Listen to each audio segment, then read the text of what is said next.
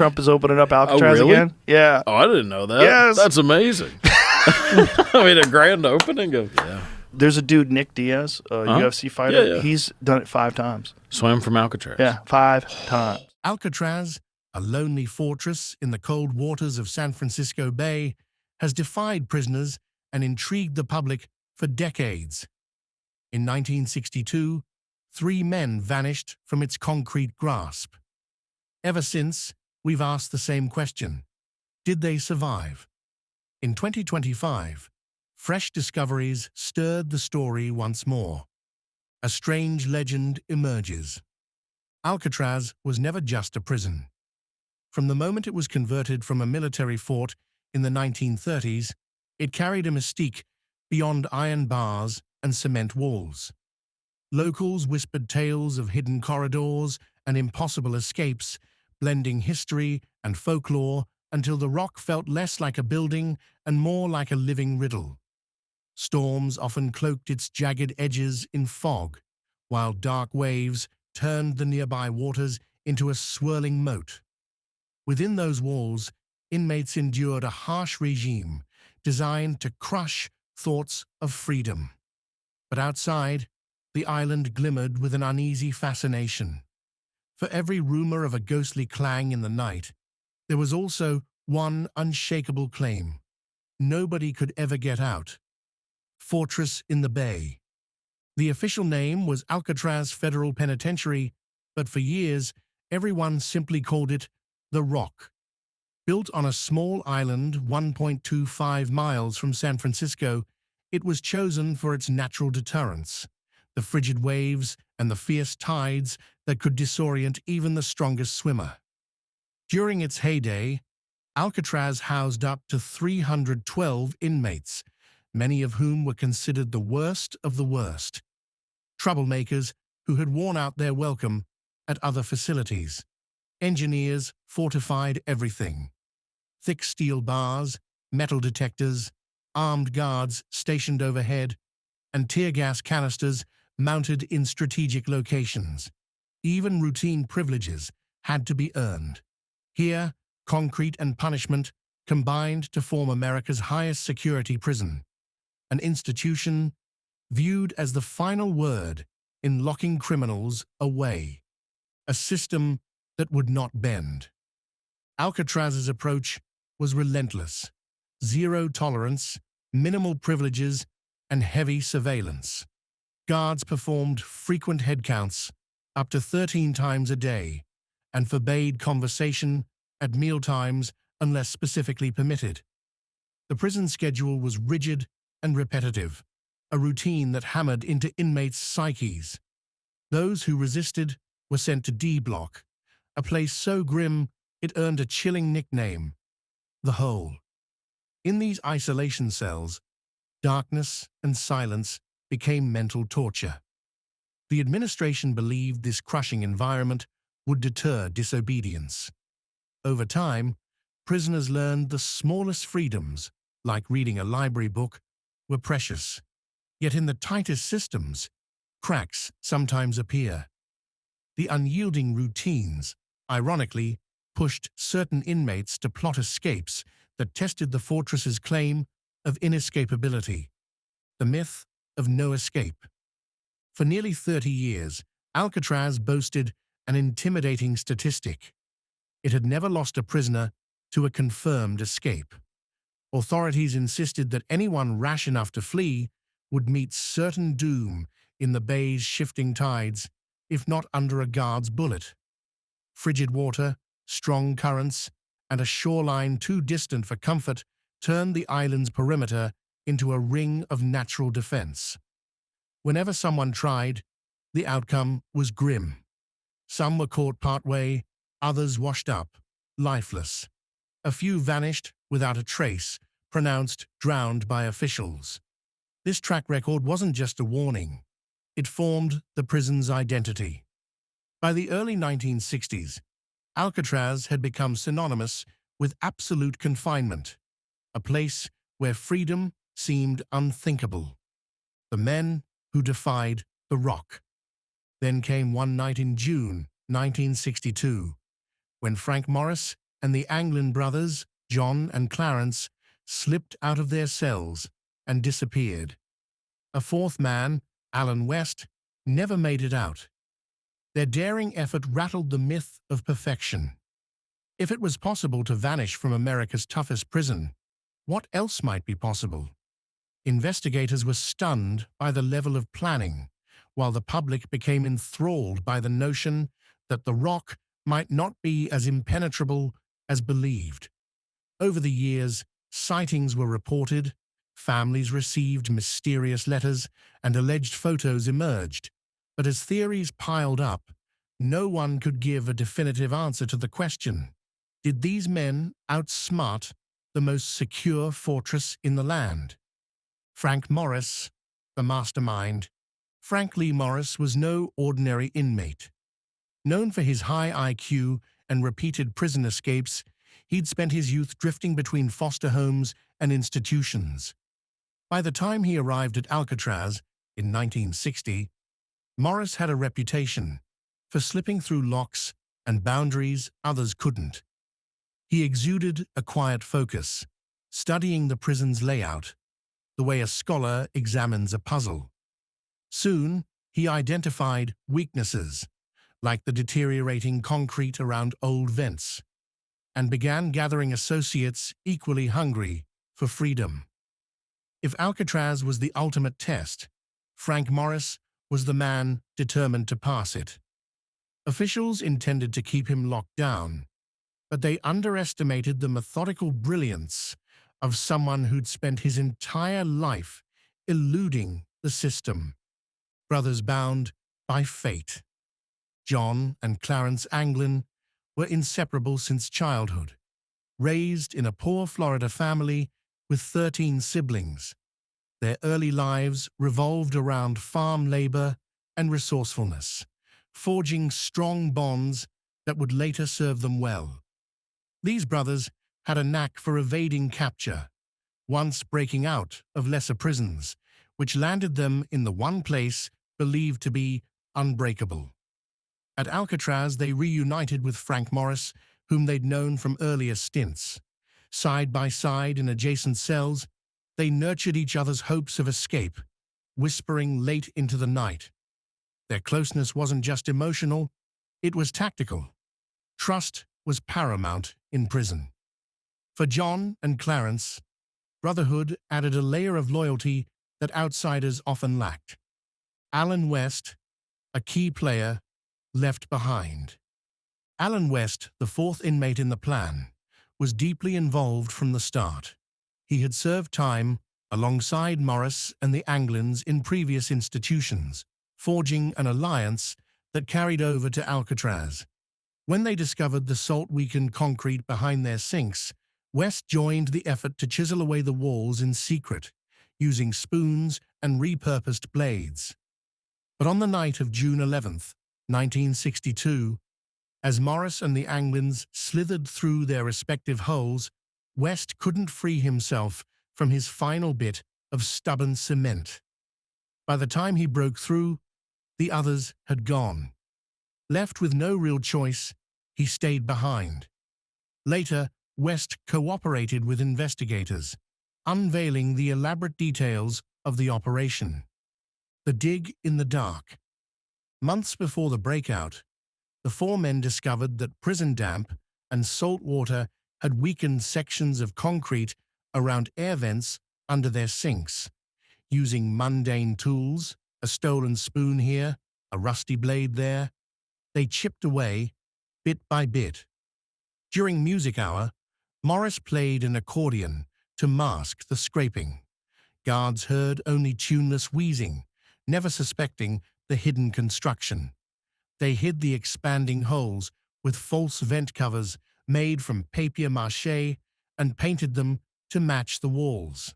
Each day, they replaced these covers so the cells appeared untouched. The men worked with astonishing patience, collecting the cement rubble in pockets, flushing some down toilets, disposing of the rest under the hush of night. Illusions and dummy heads. A stroke of genius lay in the dummy heads, sculpted from a curious mix of soap, toilet paper, and stolen paint. They looked unsettlingly real under dim cell lights. Real hair collected from the barber shop gave them finishing touches. Placed on pillows and hidden partly by sheets, these heads fooled guards during late-night head counts. The men also stuffed extra blankets to form body shapes under the covers. From the guard's vantage point, it seemed each prisoner was sound asleep. Nobody bothered to shake an inmate awake if all looked normal. This simple but brilliant deception bought the escapees hours before alarms sounded. By morning roll call, Morris and the Anglins were already far from those claustrophobic rows of cells. Tunnel to the roof. Behind those vent holes lay a rarely patrolled maintenance corridor. Slipping through night after night, the escapees carried out debris and smuggled in supplies for their next phase. Up a makeshift ladder, they reached the prison's top level, a shadowy space above the cell blocks that guards seldom inspected. Here, a primitive workshop took shape. In that hidden nook, they stockpiled raincoats, cloth strips, and other random items. Their goal was to ascend even higher, through a ceiling vent leading to the prison roof. Once the final day arrived, they pried it open and replaced the cover behind them, using a fake bolt carved from soap. Moments later, they stepped onto the roof, cloaked by the cool, salt-tinged air. The raincoat raft. Escaping Alcatraz meant crossing the icy bay, so the prisoners devised a raft from over 50 stolen raincoats. They collected them from prison details, cleverly disguising their final quantity.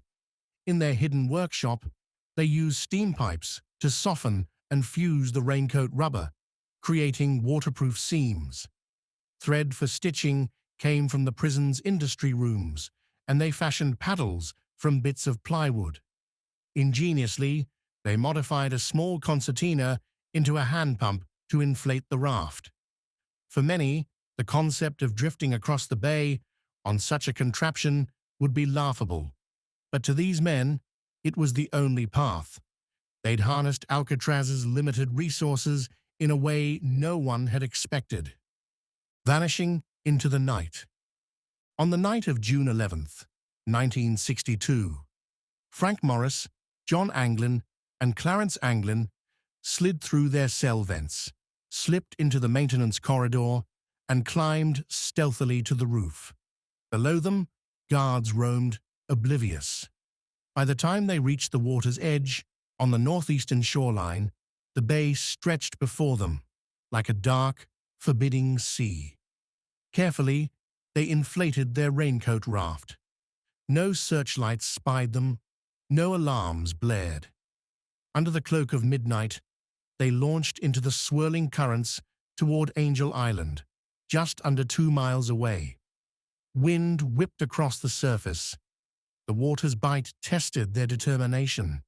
Whether they survived that crossing, in one of America's most treacherous stretches of water, has haunted imaginations ever since.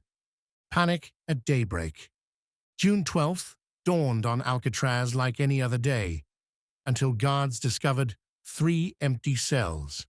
At first, they thought it was a trick. The dummy heads, so lifelike in dim light, still sat on the pillows. When the truth became clear, panic rattled the prison. Officials launched an immediate search, combing every corridor, every rooftop, and eventually the entire island. Boats were scrambled to scour the surrounding waters, while helicopters joined the hunt from the skies. Meanwhile, speculation set in. Were the inmates already ashore? Did they drown at sea? Inmates across the cell block buzzed with excitement and worry. In a place meant to break the spirit, someone had just performed the unthinkable, and everyone felt the shockwaves. The immediate investigation. Law enforcement agencies converged on the rock like never before. The FBI, the U.S. Marshals Service, the Coast Guard, all rushed to find any sign of Morris or the Anglins. investigators found footprints leading to the island's edge. Shortly after, a paddle surfaced in the bay, followed by a waterproof packet containing personal photos and addresses linked to the Anglins. Pieces of a makeshift raft were also discovered, scattered near the Golden Gate Bridge. To Alcatraz authorities, these were grim indicators of the men's demise. But others saw them differently. Perhaps the raft had partially deflated, forcing them to discard excess weight. The official line leaned toward drowned, but doubts were already stirring. No bodies turned up, trailing the escapees. As days passed, an intense manhunt extended across San Francisco's streets, rural back roads, and beyond. Roadblocks were set. Tips poured in about suspicious drifters or out-of-place strangers. Despite each lead, no conclusive trace emerged. The Anglin family in Florida fell under close scrutiny. The FBI watched them carefully, suspecting they might receive coded messages. Yet no arrests were made. Some believed the men had perished in the unforgiving tide, their bodies swept out to sea. Others imagined them sneaking away in stolen clothes, blending into crowds, heading to Mexico or South America. Whispers suggested fishing boats or sympathetic contacts on the mainland. The swirling rumors pointed to one truth. Nobody knew for sure what happened. Official conclusions. At first, the Bureau of Prisons stuck to a simple explanation. No inmate from Alcatraz could outsmart the lethal conditions of the bay. Without bodies, though, the final word remained elusive. Warden Olin Blackwell, echoing an earlier belief, stated his conviction that the men had drowned. The FBI oversaw the official inquiry for years, collecting every lead, real or fabricated. Publicly, the narrative was that no one truly escaped Alcatraz alive. Nonetheless, the case wouldn't die.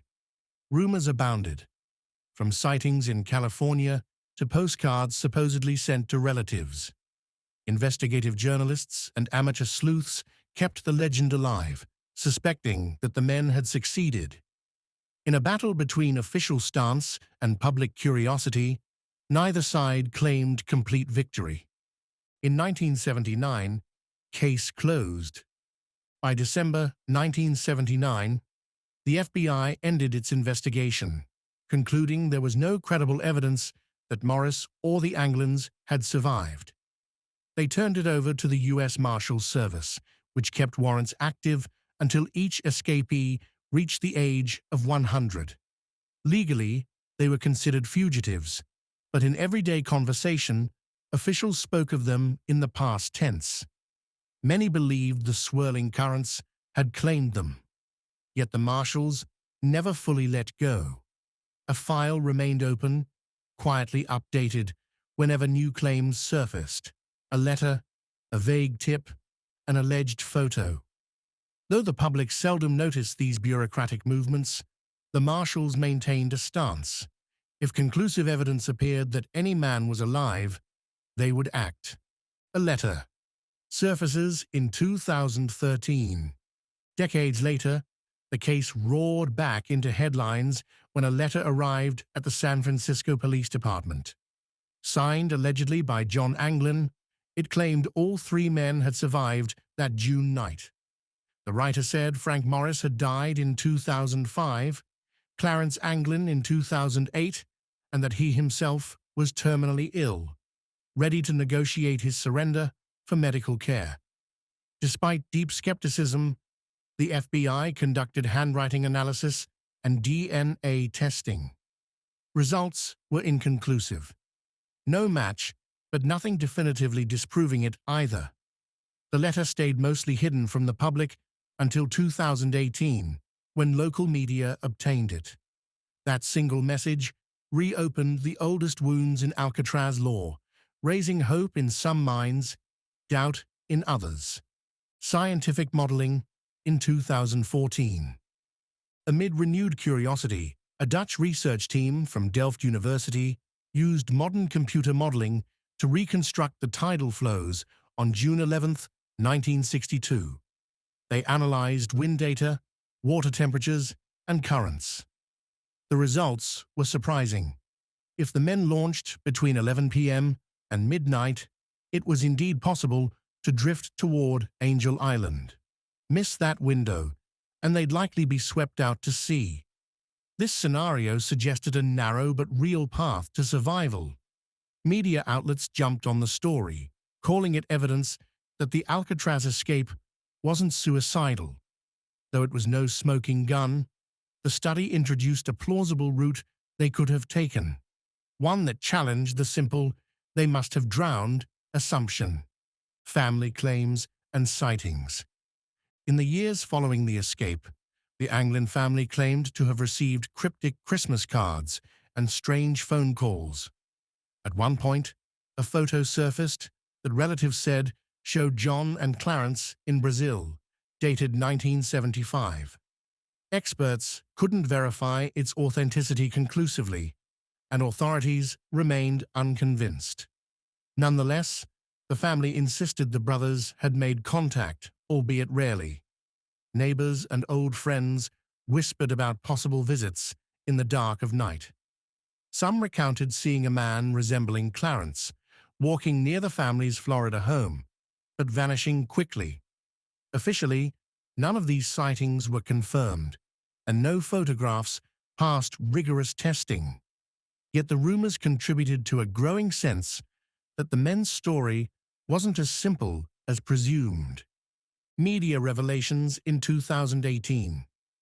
The case lit up again in 2018 when a local CBS station revealed details of the mysterious 2013 letter.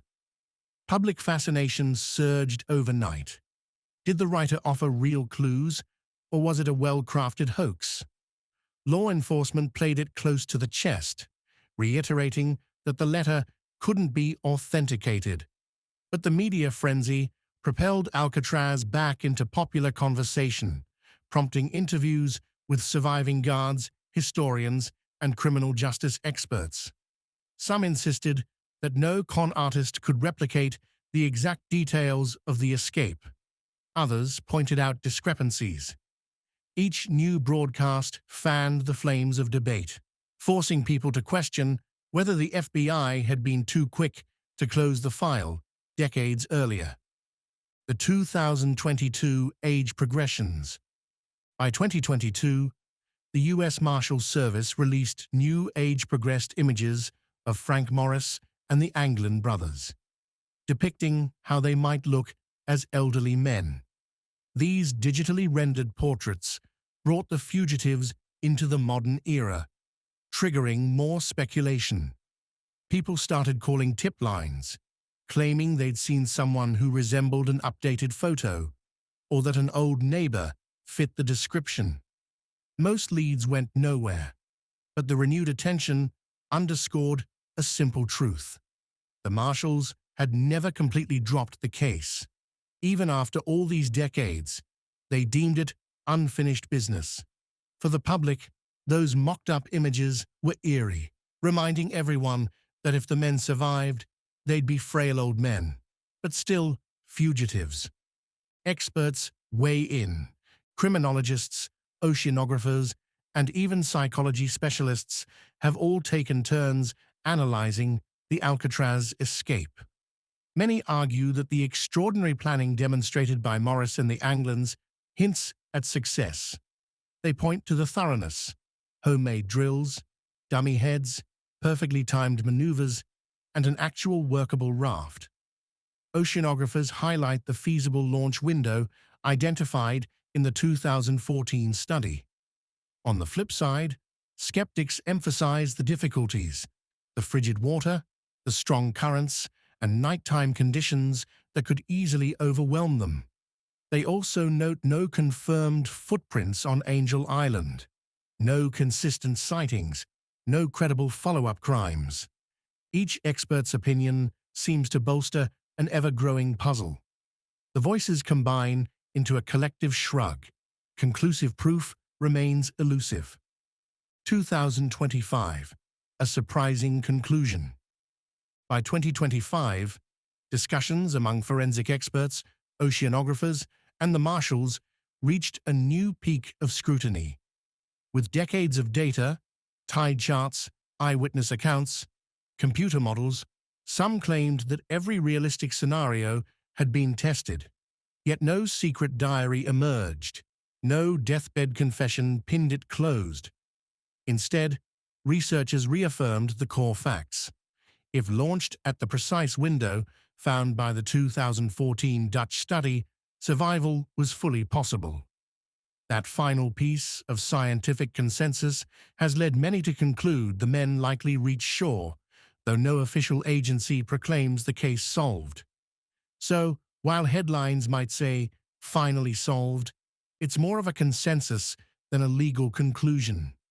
The swirling speculation remains, but the tide of evidence leans toward life, not death. Some say they drowned. Others believe they walked free. But one fact is clear: the debate persists. Thanks for watching.